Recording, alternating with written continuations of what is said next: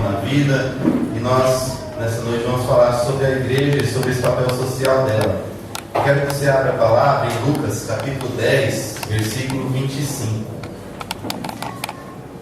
Lucas capítulo de número 10, versículo 25.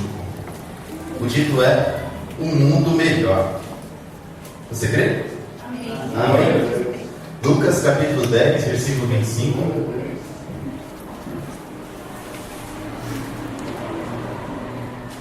A parábola do bom samaritano. Todos acharam? Quem não achou, diga amém. Amém. Quem achou, diga amém. Amém. Amém? Amém. Vocês estão aí ainda? Ou foram embora? Amém? Amém. Poxa vida, que má vontade. Quer que eu desça? Lucas 10, versículo 25. Certa ocasião, um perito na lei levantou-se para pôr Jesus à prova e lhe perguntou: Mestre, o que preciso fazer para herdar a vida eterna? O que está escrito na lei? Respondeu Jesus. Como você a lê? E ele respondeu: Ame o Senhor, o seu Deus, de todo o seu coração, de toda a sua alma, de todas as suas forças e de todo o seu entendimento, e ame o seu próximo como a si mesmo. Jesus disse: Você respondeu corretamente, faça isso e viverá. Mas ele, querendo justificar-se, perguntou a Jesus: E quem é o meu próximo? Em resposta, disse Jesus: Um homem descia de Jerusalém para Jericó, quando caiu nas mãos de assaltantes, e estes lhe tiraram as roupas, espancaram-no e se foram, deixando-o quase morto. Aconteceu estar descendo pela mesma estrada um sacerdote. Quando viu um homem, passou pelo outro lado. E assim também um levita. Quando chegou ao lugar e o viu, passou pelo outro lado. Mas um samaritano, estando de viagem, chegou onde se encontrava o homem, e quando o viu, teve piedade dele. Aproximou-se, enfaixou-lhe as feridas, derramando nelas vinho e óleo. Depois colocou-o sobre o seu próprio animal, levou-o a uma hospedaria e cuidou dele. No dia seguinte, deu 2 denários ao hospedeiro e lhe disse: Cuide dele, quando eu voltar, lhe pagarei todas as despesas que você tiver. Qual desses 3 você acha que foi o próximo do homem que caiu nas mãos dos assaltantes? Aquele que teve misericórdia dele, respondeu o perito na lei. Jesus lhe disse: Vá e faça o mesmo. Amém? Amém. Vamos orar?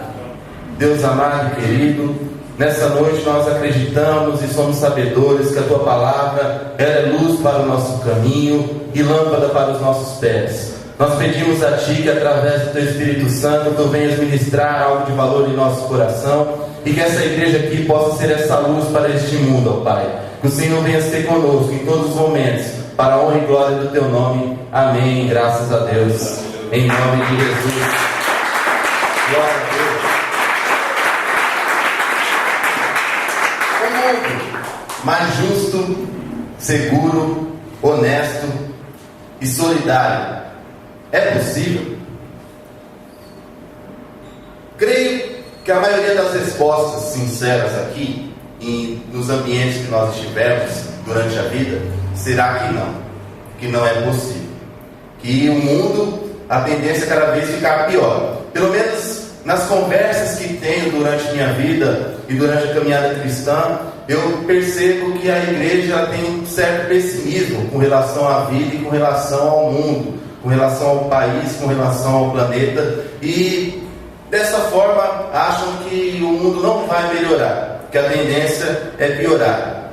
O clima que tenta dominar a nós brasileiros é esse, de pessimismo, de um profundo pessimismo, praticamente uma pandemia de desesperança, que se alastra rapidamente no nosso país, em todos os lugares, em todos os cantos.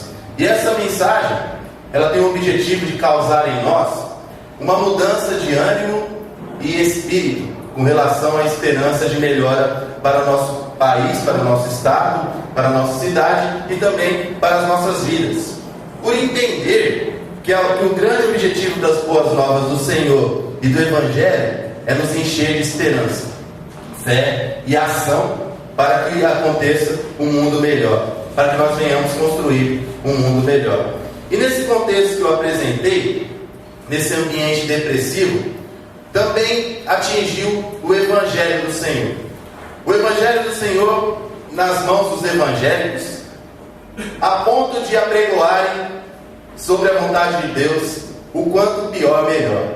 Quanto as coisas estiverem pior, a igreja evangélica tem dito, e já há um bom tempo, que é melhor. Vou tentar explicar. Dizem que as catástrofes, violência e tudo que seja relacionado à destruição e à dor são indicadores que fielmente apresentam a volta de Cristo.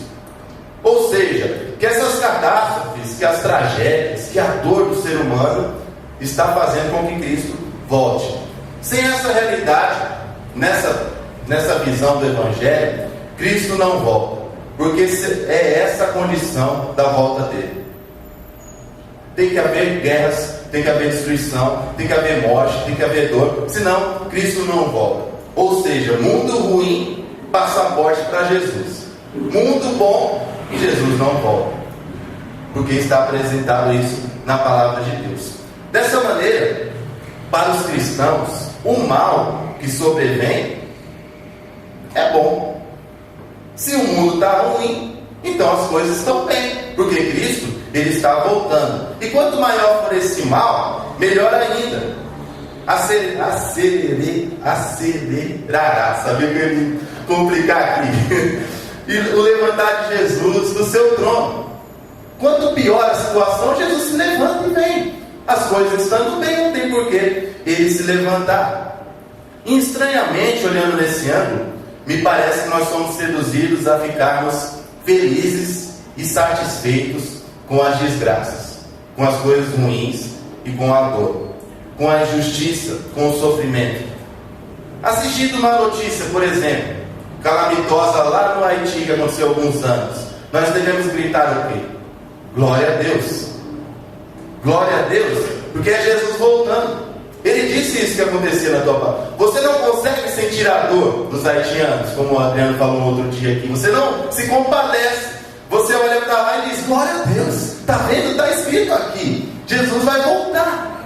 E ao ouvir sobre guerras, nós devemos o quê? Nos alegrar e dizer, amém.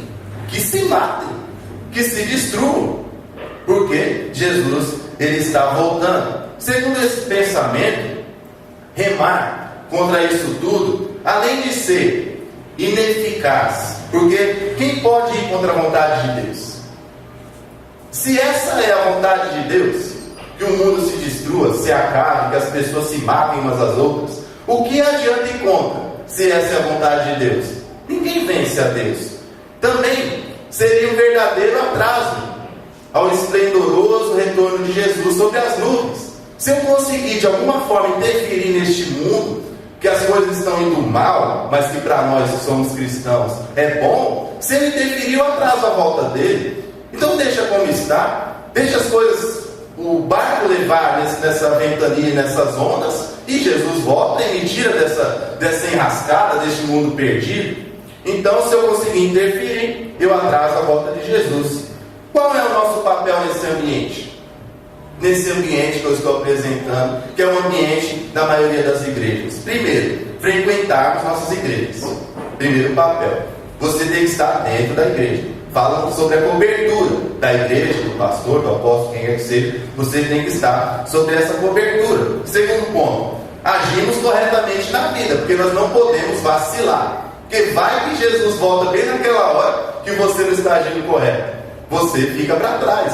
Jesus voltou, você está cometendo delitos, está falhando na vida, então você não sobe. E o terceiro ponto é anunciarmos o amor de Jesus e sua volta.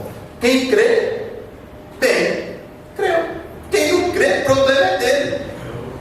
Azar dele. É igual nos tempos de Noé. Eu estou construindo a arca. O mundo vai desabar em um dilúvio terrível. Quem acreditar nele vai entrar. Quem não acreditar, está fora. Então, neste mundo que eu estou apresentando, o que predomina sou eu estar bem. Ele está bem com Deus. Solidariedade mínima, quase nenhuma. O único papel que tem é apresentar. Eu vou em uma praça, grito para quem está passando que Jesus está voltando. Se o cara acreditar e seguir os caminhos, bem. Se não, o problema é dele. Sendo assim, o ora vem Senhor Jesus, porque te amamos. Ora vem Senhor Jesus, volte, porque eu quero estar na tua presença, eu quero estar contigo, eu quero poder cantar, te adorar, te abraçar. Ele é substituído pelo venha logo nos salvar, porque tudo aqui é sofrimento, tudo aqui é dor, tudo aqui é angústia. Então me retira deste mal, me retira desse terrível mal. E eu quero ler novamente do versículo 25 ao 29. Certa ocasião, um perito na lei levantou-se para pôr Jesus à prova e lhe perguntou: Mestre, o que preciso fazer para herdar a vida eterna? O que está escrito na lei? Respondeu Jesus. Como você a lê? Ele respondeu: ame o Senhor, o seu Deus, de todo o seu coração, de toda a sua alma, de todas as suas forças e de todo o seu entendimento, e ame ao próximo como a si mesmo. Disse Jesus: você respondeu corretamente, faça isso e viverá. Mas ele, querendo justificar-se, perguntou a Jesus: e quem é o meu próximo? Vida eterna. O perito na lei, esse homem da lei, ele mostrou uma tremenda preocupação com a questão da vida eterna, a vida após a morte, como é a da grande maioria das pessoas, ou de um bom número de pessoas dentro da igreja. Se você perguntar qual é a tua prioridade, ele diz o quê? Salvação. Ele está preocupado principalmente com essa questão de se ele vai para o céu ou se ele vai para o inferno. Então ele fica olhando para cima ou para baixo. Qual que é meu destino? Qual que é meu... Então ele fica nessa questão: o que eu faço para subir e não descer? E aí nós ficamos procurando isso dentro da igreja, e aí lutando e lendo a Bíblia em busca de forças, de ferramentas para que nós venhamos escapar de lá de baixo. E Jesus questiona sobre o que está escrito na lei, que esse homem era fera, era o expert. Me diga como você a lê. Ele responde: ame a Deus de todo o coração, alma, força e entendimento, e ame ao próximo. Jesus faz com que a preocupação agora vai ser mudada. Ele apresentou de início uma preocupação com o céu. Como eu faço para herdar uma vida eterna? Uma inquietação inicial de vida eterna que agora foi alterada. Para quem é o meu próximo? O fim das questões é esse. Mas quem é o meu próximo? De início era para onde eu vou. E agora Jesus fez ele mudar e olhar para frente. Quem é esse meu próximo? Olhar para o lado. Quem é esse que está ao meu lado? Quem são essas pessoas?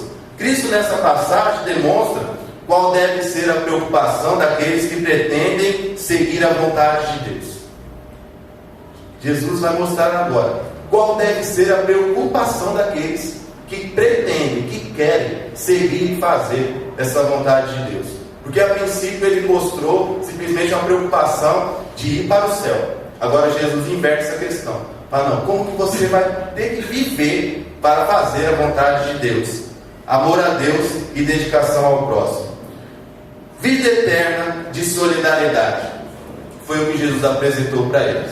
Aí nisso ele quis saber sobre vida eterna. Jesus vem falando: quero falar sobre uma vida eterna de solidariedade.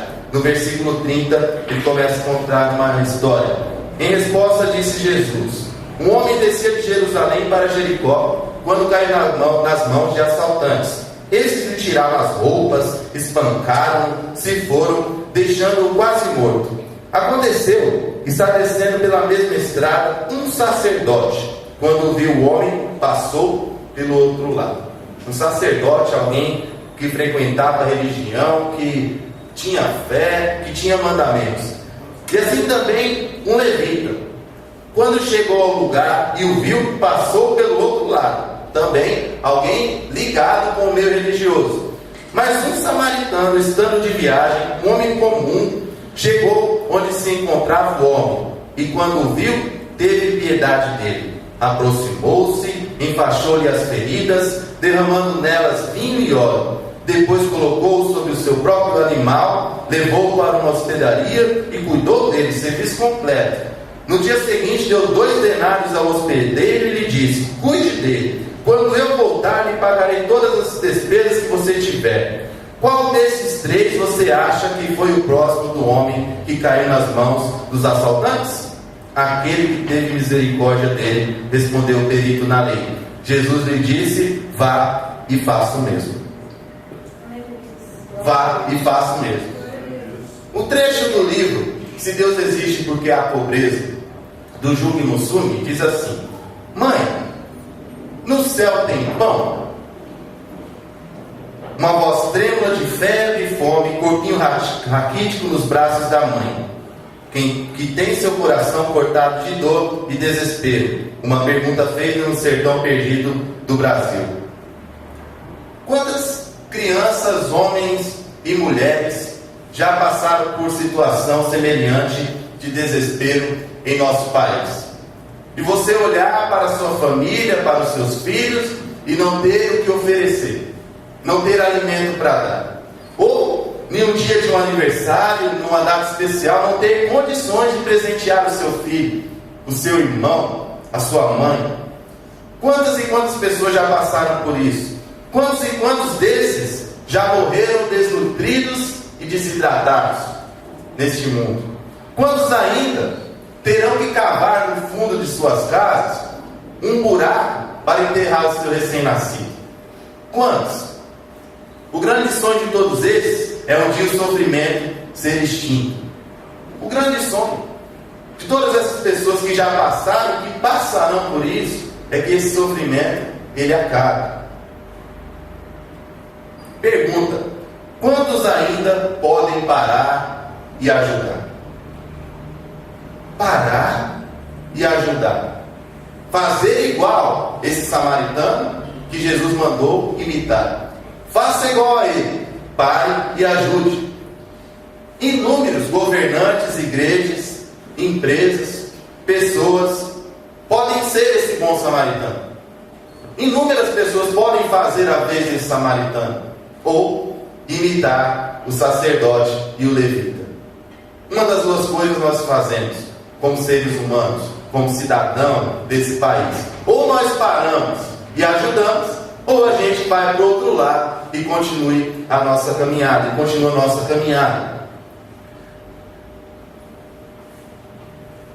Quando nós não paramos, é porque nós estamos dizendo que as nossas obrigações são mais importantes. O sacerdote, o levita, está indo para as suas obrigações. Eles não param, vão para o outro lado, fingem que não é com eles e continuam. O bom samaritano, ele para. Ele estava de viagem, ele tinha um objetivo. Ele para por um instante o seu objetivo para atender o necessitado. E aí eu tenho uma pergunta: quem são os que fazem a obra social?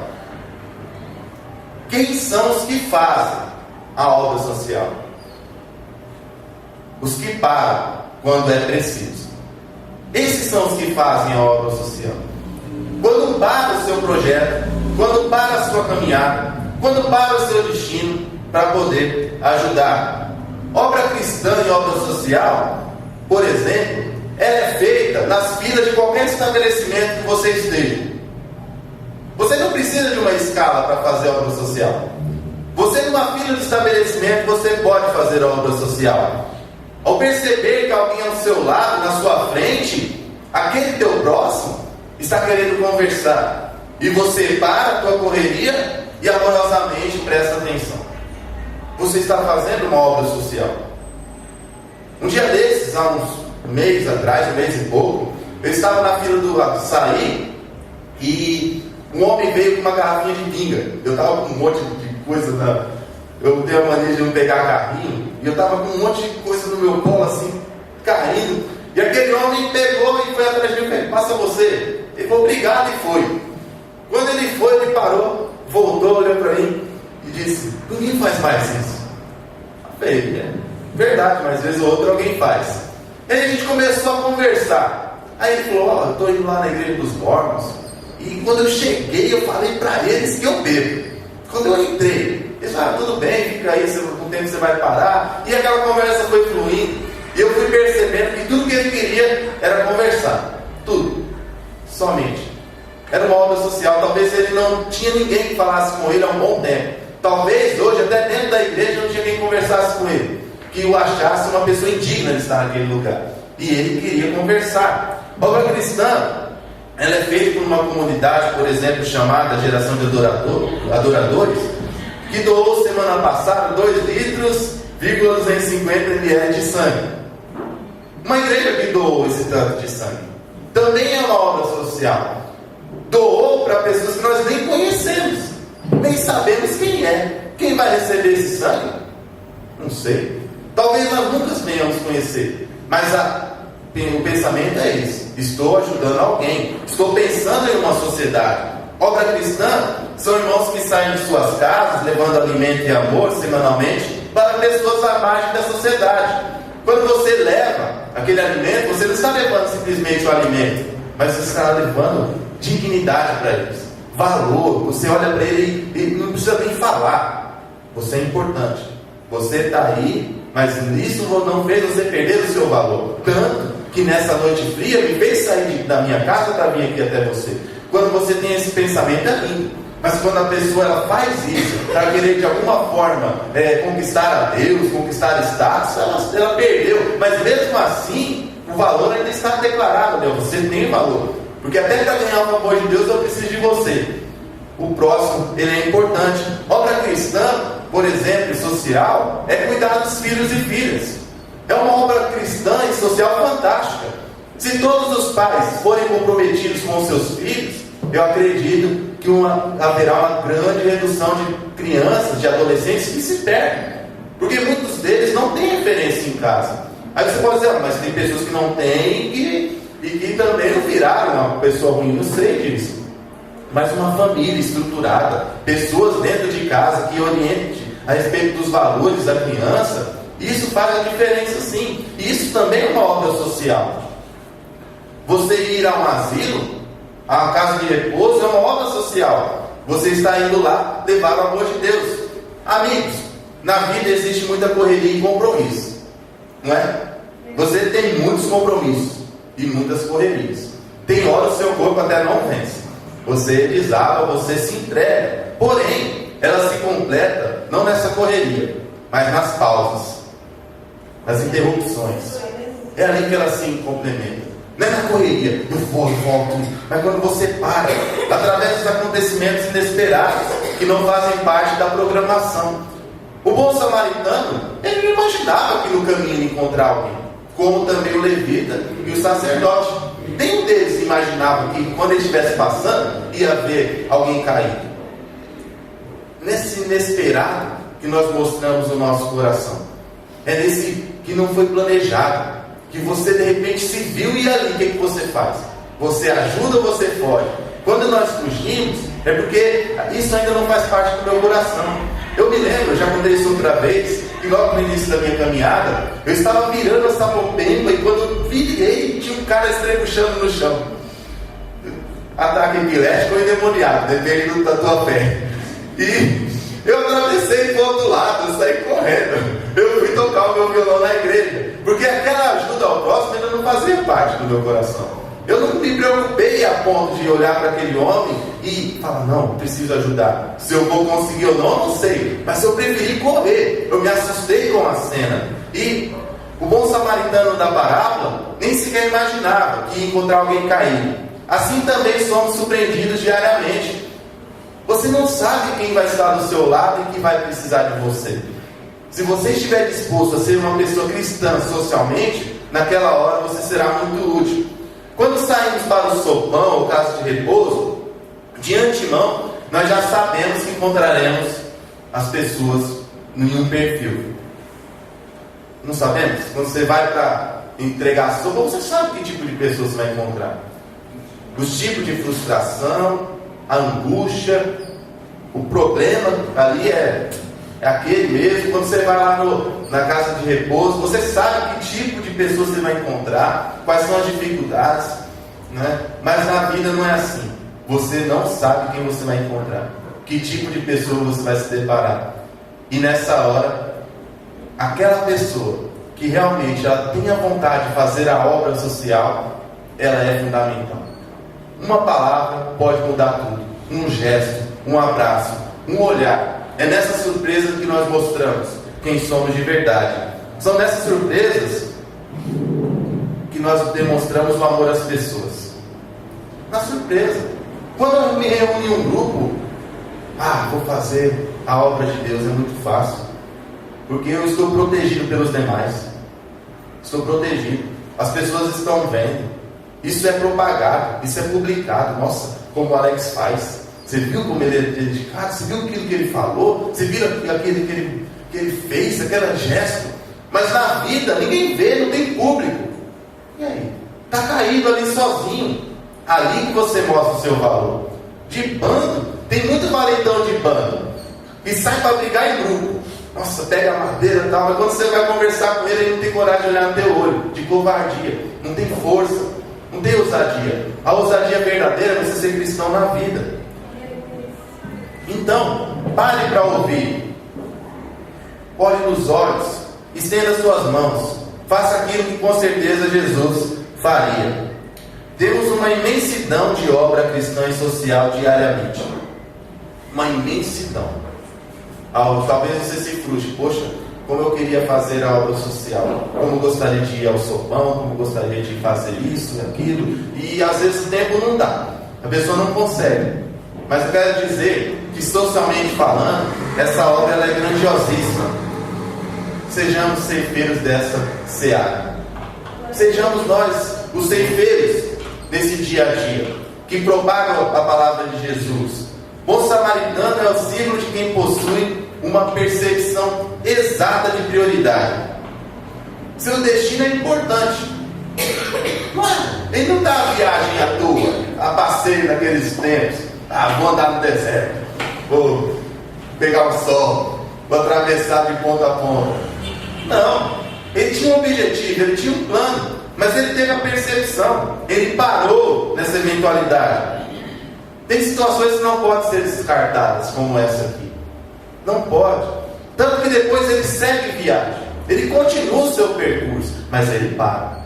Ele para, cuida, hospeda, paga, e ainda diz: quando eu voltar, qualquer despesa que tiver, eu vou arcar. O sacerdote, como também o levita, sendo um dos símbolos maiorais da religião judaica, são reprovados pela postura de priorizar em seu ofício. Priorizou o seu, o eu. Somos reprovados quando fazemos isso. Quando não abrimos espaço de verdade na nossa vida para servir o outro. Quando não abrimos esse espaço. Quando eu preencho tudo, está tudo preenchido, está tudo esquematizado. Não há espaço para uma surpresa, para uma novidade. O samaritano nos ensina que se compadecer é sentir a dor do outro. Obra social se faz vendo as pessoas que sofrem, seja qual nível for esse sofrimento, como se fosse eu. Assim se faz a obra social. Poxa, essa pessoa está passando esse problema.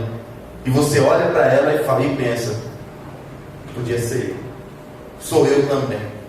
Também estou sofrendo. Também choro com esse.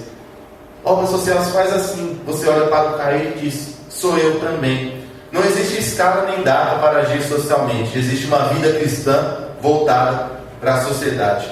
Então, quem são os que fazem? Não são os curiosos. Tem pessoas, por exemplo, curiosas. Eu quero ver como que se faz. Eu quero saber. Eu preciso ir no sopão para ver como que é essa história de entregar sopa lá e ver aqueles moradores ali. Não são os curiosos que fazem, são os amorosos. Os amorosos fazem a obra social. Aqueles que amam ao próximo como a si mesmo. Assim como Jesus falou. Com toda a sua força, com todo o seu entendimento, com toda a sua fé, com todo o seu coração. Aqueles que enxergam as pessoas e o reconhecem como irmãos. Pergunto novamente: um mundo justo, seguro, honesto e solidário é possível? É possível um mundo justo, solidário, de amor? É possível? E a vontade de Deus? A vontade de Deus é esse quadro aqui. Não é aquele quadro de destruição que a igreja quer nos mostrar, ou que a fé atual quer nos mostrar. Essa não é a realidade de Jesus, essa vida de abundância. mostrar para todo mundo algo, como Deus é poderoso para destruir. Claro que Ele é, Ele foi poderoso para criar. Ele criou mesmo, como nós cantamos aqui, tudo fez, tudo criou, para o seu louvor, para que as pessoas, que inclusive nós que somos criação, louvem, o adorem, tenham uma vida realmente digna. Sim, é possível. E nós somos homens e mulheres que se abrem ao sopro do Espírito Santo, que não se acovardam, porque é muito mais fácil você se assentar e dizer: faça a vontade de Deus, se destrua a si mesmo, se acabe, olha, deixa acontecer, do que você entrar na vida, olhar para o próximo e falar: eu vou ajudar, eu vou mudar essa situação. É muito mais difícil isso. É mais cômodo você falar: não, eu só anuncio o Evangelho e pronto. Lá na empresa, Jesus vai voltar, tá? Se consertar, você vai ficar. Do que você parar e conversar com a pessoa, entender, abrir mão às vezes daquilo que você acredita, para poder de alguma forma ajudar ela. É mais difícil. É mais fácil você falar: tá vendo? Você não vai para a igreja, eu estou te chamando faz 3 meses e você não vai. Por isso que a vida está desse jeito, destruída. Isso é mais cômodo do que você parar e ouvir: o que está acontecendo? O que está se passando? E você depois ficar pensando formas de ajudar. O que eu posso fazer? Poxa, que situação! Você perde a fome, você perde o sono, você fica incomodado. Isso é mais difícil, isso é mais trabalhoso. É mais simples você pegar e fazer: tá aqui o dinheiro, vai procurar uma hospedaria para você, do que você acompanhar essa pessoa até lá, você pegar e tratar da ferida. Tem uma música do Estênio Márcios, que é Fim de Tarde no Portão. Eu acho ela fantástica, que é assim: fim de tarde no portão, a cabeça branca ao relento. Essa é uma música que ele trabalhou em cima da passagem do filho pródigo. Teimosamente de paixão, faz das cinzas renascer alento. Na estrada o seu olhar, procurando um vulto conhecido, espera um dia abraçar quem diziam já está perdido. O seu amor é tão forte, mais que o inferno e a morte. São torrentes que arrebentam o chão, mais fácil secar os mares, apagar a estrela Antares, que arrancar o amor de seu coração. Fim de tarde se debruça no portão. Mas um dia aconteceu e o moço retornou mendigo. O pai depressa correu e abraçou o filho tão querido. Tragam roupas e o anel, calcem logo seus pés, milagre, vinho do melhor tonel, tanta alegria em mim não cabe. O seu amor é tão forte, mais que o inferno e a morte. São torrentes que arrebentam o chão, mais fácil secar os mares, apagar a estrela Antares, que arrancar o amor do seu coração. Fim de tarde está deserto no portão. Esse é o amor de Deus. E é esse amor que nós devemos imitar. Mesmo que volte mendigo, mesmo que esteja destruído, nós festejamos com o regressar dessa pessoa para a vida, para se encontrar com a vida, se encontrar com Deus. Esse é o amor forte, tão grande, maior que a morte e que o inferno. Mahatma Gandhi diz que a alegria está na luta, na tentativa, no sofrimento, envolvimento, e não na vitória propriamente dita. A vitória está aí, a alegria está aí. Se nós vamos conseguir mudar o mundo, mudar as situações, quem sabe? Tomara a Deus que sim. Mas a vitória está nesse comprometimento, a alegria está aí. Se eu conseguir, não sei. Quem sabe? Quem sabe o resultado disso? Quem sabe as consequências? Não sei. O que sabemos é que nós temos um comprometimento com a sociedade. Essa igreja, ela não se isenta. Não é com a gente. Nosso negócio é com Deus. Nosso negócio é fé, somente.